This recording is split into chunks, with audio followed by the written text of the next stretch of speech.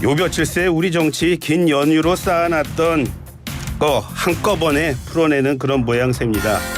또 그래서 그런 조급함, 서두름이 곳곳에서 파열음 내고 있다. 그런 지적하시는 분들도 많고요. 정치자 여러분의 판단을 위해서 모셨습니다.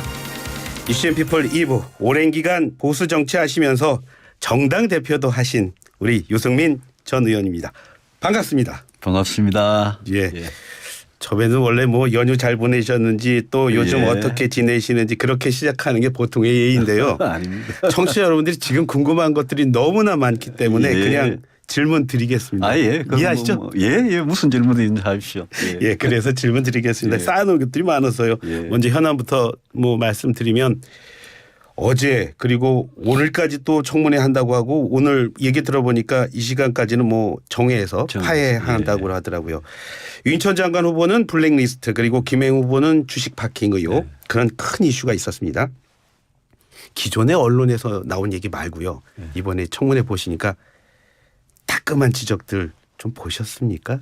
뭐 저 다 생방송으로는 못 봤지만 기사로는 봤어요. 근데 저도 국회에 오래 있으면서 청문회 여러 번 해봤지만 청문회 하다가 장관 후보자가 도망가 버린 거는 처음 봤습니다.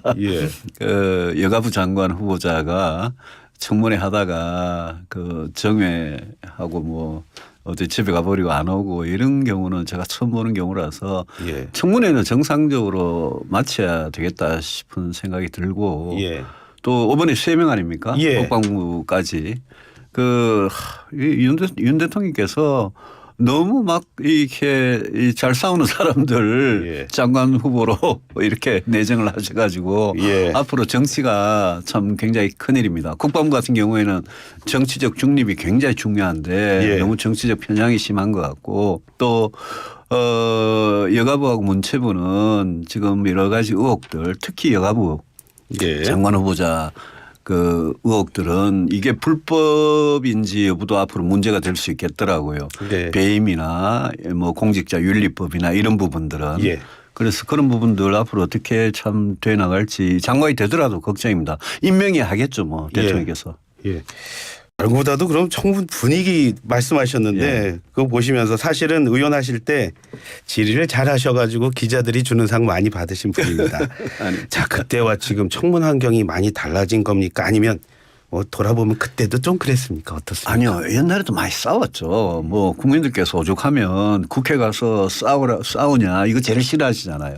옛날에도 여야가 대립이 참 심했고 그런 적이 많고 우리 정치가 그랬는데 윤석열 대통령하고 이재명 대표 이 두 분이 작년 대선 이후에 윤석열 대 이재명 이 구도가 그냥 계속 오는 거 아니에요 지금.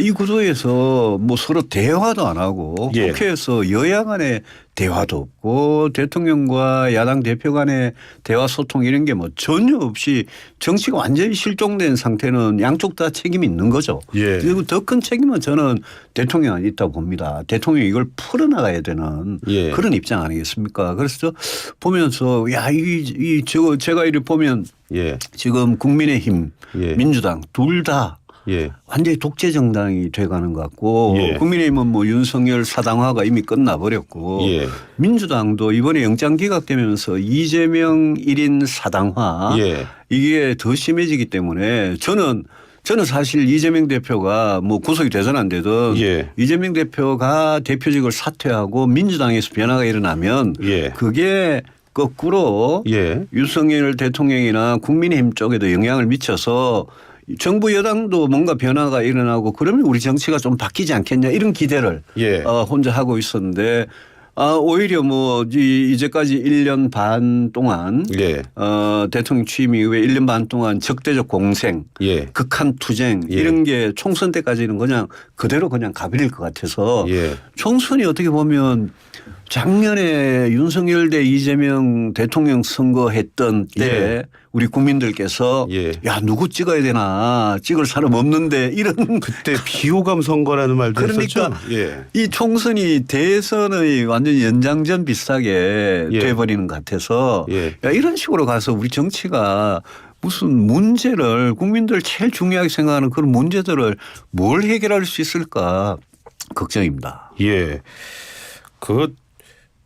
방송을 통해서 그런 말 하시는 거 봤어요. 이재명 대표 영장 기각되면 이 대표 체제로 굳어질 거라고 그러면서 비명계에 대한 좀 칼바람 날 거다 이런 말씀도 하셨는데 예.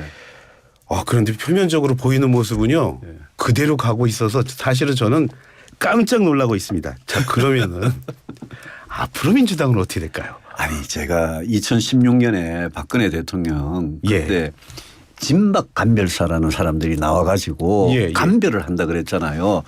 기억하시는지 모르겠지만 2016년 그 20대 총선 그때가 유승민 한 사람 공천을 둘러싸고 난리가 나가지고 박근혜 대통령이 저 공천 안 주고 저하고 가까운 사람들 다 이제 소위 말해서 이제 이래 공천을 안 주고 숙청을 하려고 그러다가 우리가 총선을 져버렸습니다. 그런데 이번에 지금 민주당에서 일어나는 수박이라고 그러죠. 민주당에서 무슨 간별을 한다 이런 거 일어나는 걸 보고 제가 2016년 총선 때 새누리당 당시 그때 상황이 많이 떠오르더라고요. 그 당시 진박 간별사들. 지금 만약 민주당이 이재명 대표 영장 기각 이후에 소위 말하는 비명계를 숙청하기 위해서 강성 당원들이 동원돼 가지고 수박 간별을 하고 이런 식으로 나오면 저는 민주당한테 희망이 없다고 봅니다.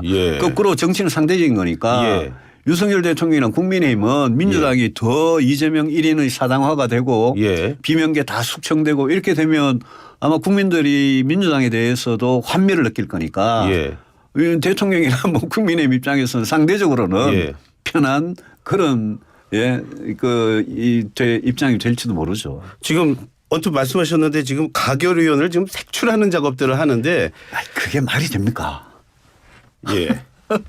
말씀하십시오. 그런데 뭐 흥분한 그래서 그 가결 상황에 흥분한 뭐 강성 당원들은 그럴 수 있다고 치더라도 그런데 그게 보니까 이게 의원들까지 다들 올라갔던데요. 이게 색출 작업에. 그리고 당 지도부가 지금 그 이재명 대표 뜻인지는 몰라도 당 지도부까지도 보면 정청래 최고나 이런 사람들은 막 강성 발언을 쏟아내고 있잖아요. 그 민주당이 좀 진짜 자기들이 국민의 신뢰를 받아가지고 윤석열 정부를 제대로 감시 견제하는 그런 야당 역할을 하려면 아니 영장기가 그걸 가지고 국회에서 체포동의안 표결할 때 그거 가결한 의원들 지금 색출해 가지고 한다. 그건 저는 좀 아니라고 봅니다. 그래서 만약 내년에 2월쯤 가가지고 민주당의 공천이 지금 수박이라는 의원들 비명계 의원들 다 그냥 숙청하는 그런 공천이 되면 그거는 민주당이 굉장히 안 좋을 거예요. 요즘에 방송 보면 내부 뭐 개인 방송도 많으니까요. 그런 데서 보면 그런 말도 좀 많이 나오더라고요. 뭐 국회의원 투표는 다 김용으로 하자 이런 얘기도 나오는데 거기 인사는 김용으로 하면 안 되고요. 우리가 뭐 우리 저 대통령 선거나 국회의원 선거 국민들께서 하실 때도 저 선거함에 들어가서 하잖아요. 기표소에 들어가서 당연히 비밀 투표를 하고 그걸 가지고 다 까라고 그러고 그거는 저는 민주당의 그 수박이라는 그 색출하면서 개딸이라 그럽니까? 그 강성당원들 제가 보수 쪽에 정말 극우 태극기 세력도 진짜 이해가 안 되지만 민주당도 이해가 안 돼요. 그런데 이 정치가 이 강성당원으로 가는 양극단의 정치가 우리 정치를 망치고 있다. 이 생각을 저는 의식 있는 지금 정치인들은 하고 있거든요. 저도 하고 있고요. 그런데 그런 사람들이 왜 합리적인 목소리 이런 게 다 죽어버리느냐. 우리 정치에 진짜 큰 문제입니다. 그 말씀하셨는데 그렇다면 왜 그런 목소리가 나오지 않을까요? 정치 오래 하신 분도 계시고. 지금 양당의 적대적 공생관계 이 정치에서는 국민의힘이든 민주당이든 합리적이고 개혁적이고 상식적인 이런 목소리들이 숨 쉴 틈이 없어요. 그래서 이제 제3지대 이야기가 나오는 건데 제3지대에 대해서도 국민들께서 늘 이렇게 그게 뭐 선거 앞두고 떴다방식 기회주의적 이 제3당이 될까 봐. 처음 나오는 게 아니니까요. 그러니까요. 그러니까 국민들도 그걸 그동안 과거에 학습을 하셨거든요. 경험해 보셨거든요. 그 제3세력이 나와서 성공하기 참 쉽지는 않은데 그렇다고 해서 지금 양극단으로 가는 그것도 소선거구제 하에서 양극단으로 가는 이 정치를 그만두고는 우리 정치가 이대로 가다가는 정치가 이렇게 그냥 계속 망가지면 결국 피해를 보는 거는 국민들이고 나라죠. 뭐 당원들의 강성 지진 당원들보다는 오히려 더 저기 의원들 얘기 말씀 많이 하시는데 자 그렇다면 예. 어제 청문회에서도 그랬지만요. 요즘 정치인들 정말 거친 말들 놓고 말들이 많이 있습니다. 그렇습니다. 왜 이렇게 거칠어질까요? 그게 강성 당원들한테 잘 보이는 길이기도 하겠지만 예. 저 양쪽에서 권력자들만 쳐다보고 있어서 그런 것 같아요. 국민의힘 의원들은 윤석열 대통령만 쳐다보고 있고 예. 그 공천권을 100% 행사할 거라고 생각하니까 예. 지금 이제 민주당은 이재명 대표가 다시 이제 구속을 면해 가지고 예. 이재명 대표가 공천한다고 이렇게 생각하면 이재명 대표만 보고 예. 누가 더 잘 싸우나 누가 더 거칠고 상스럽게 싸우냐 예. 이 경쟁을 하니까 아무래도 중도층 무당층 국민들 입장에서는 예. 너무나 눈꼴 사나운 일이죠. 예. 그런데 양당의 강성 당원들 강성 지지자들 입장에서는 잘한다 그러잖아요 지금. 예. 그래서 제가 보기에 국민의힘이나 민주당이나 그 강성 당원들이라는 그 사람들 예. 그 사람들이 우리 정치 우리 정당 우리 한국 정치를 망치고 있는 거예요 지금. 예. 그래도 또 의식을 안 할 수는 또 없잖아요. 그래서 저는 국민들께서 직접 선거를 하실 때 예. 그때 국민의 선택이라는 게 저는 굉장히 중요하다고 생각을 합니다. 예. 그래서 이번에도 만약 제3당, 제3 세력이 합리적인 그런 세력이 나올 수 있으면 예. 그러면 오히려 그게 양당의 그런 적대적인 예. 극한 투쟁을 예. 그걸 조금 이렇게 자제시키고 예. 좀 정신 차리게 만드는 그런 효과가 있을 수 있다고 봅니다. 예. 그 전에는 뭐 제3당 뭐 여러 가지 움직임이 있었지만 특히 제3당으로서 네. 역할을 한 거 보면 그때는 지역당이다 이런 생각을 많이 하게 되는데요. 지금 그런 새로운 정치 세력을 통해서 그럴 수 있는 제3당이 이렇게 할 수 있는 시기가 무르익었다고 보십니까? 각종 여론조사 상으로 보면 예. 중도층이나 무당층이 양극단의 정치에 혐오하는 예. 중도층이나 무당층이 늘어난 건 사실인 것 같아요. 예. 그런데 그 제3의 어떤 정치 세력이 그런 중도층 무당층의 마음을 예. 결집할 수 있을 만큼 그런 비전과 희망 또 그런 사람들 예. 사람을 보면 알잖아요. 예. 그런 사람들로 이렇게 뭉칠 수 있을지 예. 그게 관건이겠죠. 저희 가족이 젊은 친구가 하나 있는데요. 그 그래요? 친구가 이런 얘기를 하더라고요. 무당층과 예. 무관심을 좀 동일시하는 게 아니냐 이런 얘기를 하더라고요. 무관심 정치에 대해서 혐오하고 그냥 무관심하고 아예 투표장에 안 나와 버리는 그런 예. 국민들을 보고 예. 제3세력이 정치할 수는 없을 거예요. 예. 그런데 국민의힘이나 민주당 양쪽 다 지지자들 중에는 예. 그래도 저는 합리적으로 생각하는 그런 유권자들이 계신다고 저는 믿습니다. 예. 우리 국민들 전체 놓고 전체 다가 양쪽 강성 뭐 이렇게 지지자들은 아니잖아요. 예. 그래서 그런 분들의 어떤 선택 같은 게 총선이든 대선이든 굉장히 중요할 거다. 뭐 그건 뭐 정치의 어떤 상식이겠죠. 예. 그런 말씀하시니까 지금 당장 예. 오늘 오후에 잠시 뒤에 이균용 대법원장 후보자 임명 동의안 표결을 합니다. 뭐 지금 말씀하시는 거 보니까 뭐 부결 갈 거다 이런 말씀. 부결 가능성이 있는 것 같아요. 예. 있는 것 같은 게 대법원장이라는 게 예. 사법부의 수장이고 예.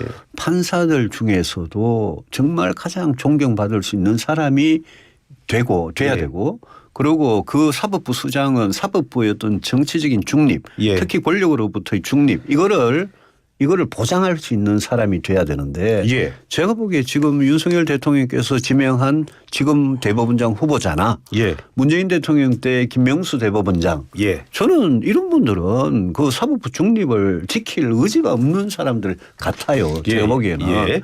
그래서 민주당이 아마 정략적이고 정치적인 목적으로 예컨대 예. 장관은 뭐 청문회 보고서도 채택 안 되는데 대통령은 막 임명해 버리니까 예. 그런 데 대한 어떤 보복 심리로 대법원장 후보자를 부결시키면 저는 그건 잘못됐다고 봐요. 그건 잘못됐고. 그렇지만 대법원장 임명 동의안의 본질로 들어가면 대법원장이라는 사람이 어떤 사람이라 해야 되느냐 예. 거기에 대한 평가는 있는 거거든요. 예.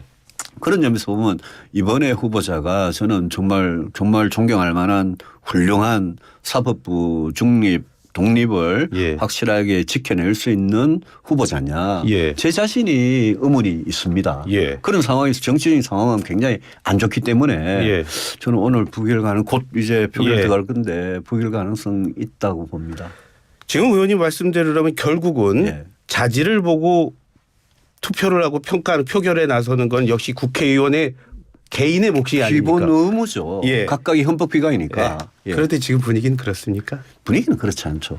지금 분위기는 민주당이 상당히 좀 보복 심리 같은 게 발동해서 부결을 시킬 가능성이 있는데 어쨌든 부결이 만약 부결이 된다면 뭐 가결이 되면 대법원장 취임하는 거고 만약 부결이 된다면 대통령께서 좀 더 중립적인 인사를 바로 이렇게 좀 이렇게 임명 동의안 국회에다가 이렇게 제안을 하는 게 좋겠죠. 예. 그런 제안까지도 하셨습니다. 자, 오늘 오전에 민주당 이재명 대표가 대장동 관련해서 첫 재판 받으러 나왔습니다. 기자들이 물어보니까 아무 말도 안 하더라고요. 영장 기각 뒤에 첫 법원 가는 길 이번에는 가벼웠을까요? 뭐 심리적으로는 단식도 끝나고 영장도 기각되고 해서 가벼웠겠죠. 근데 우리 그냥 객관적으로 상식적으로 생각해 보십시오. 역대 야당 대표 중에 대장동 위례에다가 백현동에 쌍방울 대북 송금에 위정교사에 무슨 허위 허위 정보 선거 때 선거법 위반에 이렇게 많은 혐의를 갖고 있는 야당 대표가 있었습니까? 이게 무슨 독립투쟁한 것도 아니고 민주화운동한 것도 아니고 일단 성남시장 경기지사 시절 개인적인 어떤 비리 혐의잖아요. 저는 늘 그런 생각입니다. 저는 윤석열, 이재명 이 양쪽에 이 사당화 독재 정당이 돼가지고 둘 다 이런 식으로 한국 정치 가는 거는 두 분 다 책임이 있기 때문에 저는 대통령이 금방 물러나실 건 아니니까 이재명 대표 같은 경우에는 민주당이 좀 대표 좀 바꿔가지고 총선하면 민주당한테도 훨씬 좋을 것 같은데 그게 잘 안 되고가 있어서 참 안타깝죠. 보수 정당이 오랫동안 발을 담그신 분이니까요. 그렇다면 지금 그 말씀은 지금 진보 정당인 민주당이 지금 어려움을 겪고 있는데 이걸 참 잘 이용해야 할 텐데 그 기회를 놓치고 있다 이런 말씀이신 건가요? 그렇죠. 저는 한국 정치가 바뀐다는 측면에서 기회가 자꾸 없어지는 거죠. 한국 정치가 바뀌어야 되고 진짜 민생 경제를 살피고 나라를 튼튼하게 국민을 행복하게 이래 만드는 그런 문제 해결을 하는 정치로 나아가지 못하고 있잖아요. 윤석열 정부도 지금 들어가 1년 반 동안 개혁한다 그러면 개혁하는 거 하나도 없고 경제 민생은 지금 엄청나게 어려워지고 있지 않습니까? 그런데 거기에 야당이 무슨 대안으로 희망을 주는 것도 아니잖아요. 그래서 저는 이건 정말 우리 정치가 이렇게가 되냐. 이거는 정치하는 사람들 누구나 간에 자기가 이런 정치를 한번 바꿔보겠다. 그 생각을 가지고 정치인들이 나서야 되는데 참 답답한 상황 아닙니까? 그렇게 말씀하시니까 저 원론적인 질문 드려도 될까요? 총선 치르고 국회에 가서 배지 처음 받으시는 분들이 모두가 공통적으로 하는 말이 협치하겠다는 그런 약속들 합니다. 정치에서 협치는 왜 필요한 건가요? 진영 논리를 넘었고 정치는 합의를 해야 됩니다. 왜냐하면 생각이 다 다르잖아요. 여당 야당 생각이 다른데 정부도 다르고 그런데 생각 다 다른 사람이 자기 생각만 고집해가지고는 하나도 합의를 못하면 법이고 예산이고 정책이고 간에 뭔가 추진할 수 있는 게 없습니다. 그러니까 저는 늘 진영 논리를 넘어서 진영이라는 게 이게 독재거든요. 지금 얼마나 독재하고 있습니까? 각 진영 안에서. 그러니까 진영 논리를 넘어서 합의를 하려면 당연히 대화하고 소통하고 양보할 수 있는 건 양보하고 더 중요한 걸 위해서 약속을 하고 합의를 하고 통과를 시켜야죠. 그 정치를 지금 아무것도 못하고 있으니까 저게 도대체 국회가 저리가 되나. 대통령도 정치를 하는 사람이거든요. 대통령이 정치를 이런 식으로 방치해도 되나. 그런 비판이 자연스럽게 나오는 거죠. 일부에 의원님 나오시기 전에 그 YTN 조태현 기자랑 경제 얘기 좀 했었거든요. 경제 굉장히 어려운 상황이고 미국 금리가 막 채권 금리 올려서 난리 났다고 그런 얘기 좀 들었습니다. 우리 정치 지금 우리 민생 잘 챙기고 있습니까? 좋아진다고 상저하고라 그러면 사방에 가면 좋아진다는 게 이제 전부 다 이게 무효화돼 버렸어요. 물가 굉장히 여전히 어렵고요. 지금 환율하고 주식시장에 일어나는 금융불안 그거는 미국 발입니다만은 우리 자체적으로 그런 부분이 분명히 있고 실물도 중국이 안 좋아져서 중국에 의존하던 부분이 많이 지금 죽어 있고요. 반도체 같은 거는 여전히 아직 활개를 못 피고 있고 이거 물가 수출 성장 고용 여러 가지가 다 어려운데 거기에 특히 어려운 구조적인 문제가 우리가 부채입니다. 부채. 예. 가계고 기업이고 정부고 예. 이 고금리 시대에 이 부채 어떻게 할 거냐. 그래서 저는 윤석열 정부가 지금 이 위기가 예. 뭐 97년의 IMF 위기나 예. 2008년의 금융위기 같이 번지지 않도록 위기 관리를 하는 게 일단 제일 급박하게 중요하고 예. 위기를 가면 그거는 뭐 정말 난리가 나는 거거든요. 예. 그래 이게 위기 완전히 진짜 위기로 가지 않도록 하는 게 중요하고 예. 거기 플러스 개혁을 해야 됩니다. 아. 저는 늘 연금 노동 교육 개혁한다고는 하나도 못하고 있고 지금 저출산 인구 위기 뭐 예산을 조금 더 쓰긴 합니다만은 저출산 인구 위기 극복할 진짜 제대로 된 대책을 안 내놓고 있거든요. 예. 그래서 제가 맨날 대통령 보고 예. 아니 좀 해외 좀 그만 가시라. 예. 예? 이런 국내에 있어서 경제 민생을 안정을 시키고 예. 개혁을 미래를 위해서 개혁을 해나갈 일이 얼마나 많은데 왜 집권 초기에 제일 중요한 2년을 이런 식으로 날려보내냐. 그래도 대통령 외국 다니면서 그래도 외교 활동 활발하게 하고 있고. 아 그거 할 거 다 했어요 이제. 뭐 이제 한 게 유일하게 남은 게 중국하고 하는 거고 미국 같은 경우에는 바이든한테 너무 올인해가지고 예. 트럼프가 대통령이 됐을 때 생길 수 있는 큰 충격이나 변화가 눈에 보이거든요. 예. 그런 문제에 오히려 대비하는 게 중요하지. 그렇다면 외교에서 제가 남은 거는 뭐 한중 관계 정도 같아요. 그렇다면 대통령 왜 이렇게 외국을 나가시는 걸까요? 모르죠. 그럼 저는 모르는데 제가 몇 번 그랬어요. 이제는 그 외국 나가시는 거 좀 자제하시고 예. 국내 문제가 지금 너무 심각하다. 그냥 국내 정치는 이 모양이지만 경제 민생이 진짜 심각하고 지금 먹고 사는 문제 때문에 어려운 분들 너무 심각하기 때문에 그런 문제에 대해서 경제라는 게 어렵습니다. 예. 해법을 내기가 어렵습니다. 왜냐하면 경제 해법은 늘 이렇게 이런 해법을 쓰면 다른 쪽에서 안 좋아지는 측면이 있거든요. 예. 금리고 환율이고 뭐 물가고 다 마찬가지인데 그럼에도 불구하고 지금의 뭐가 최선의 해법인지를 찾아서 내놓는 게 그거 하라고 대통령 뽑아준 거 아닙니까? 예. 그래서 좀 그런 점에서 뭐 그냥 회의만 몇 번 하고 사진만 찍고 하는 그런 대통령의 모습이 제가 저래 갖고는 경제 민생을 어떻게 좀 낫게 만들 수 있겠냐 힘들 거다. 예. 그런 생각이 자꾸 드는 거죠. 여론조사 얘기하겠습니다. 네. 무슨 여론조사일까요? 궁금하시죠? 여론조사업체 많아가지고. 여론조사업체 리서치뷰가요. 지난 2일에 발표한 전국 성인 유권자 1,000명을 대상으로 한 조사입니다. 범보수 대권 주자 적합도 조사를 했는데요. 자세한 내용 중앙여론조사심의원회 홈페이지 참조하시면 됩니다. 결과 보니까요. 유 의원님이 홍준표 대구시장, 오세훈 서울시장에 앞서서 2위를 했습니다. 지금 당은 유 의원님을 많이 싫어한다 이런 얘기들을 언론에서 많이 하던데 유권자는 또 다르네요. 저는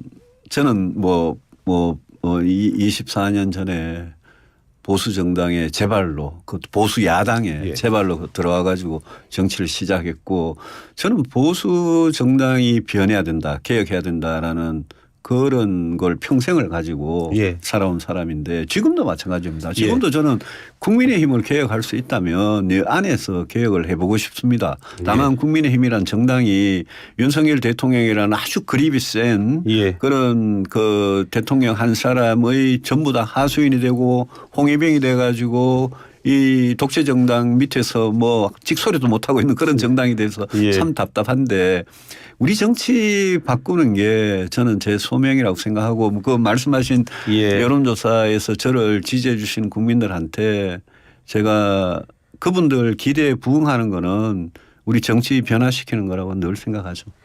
그렇다면 2023년 10월 여전히 신뢰를 받고 있는 보수 정치인 유승민은 지금 그리고 앞으로 뭘 해야 할까요?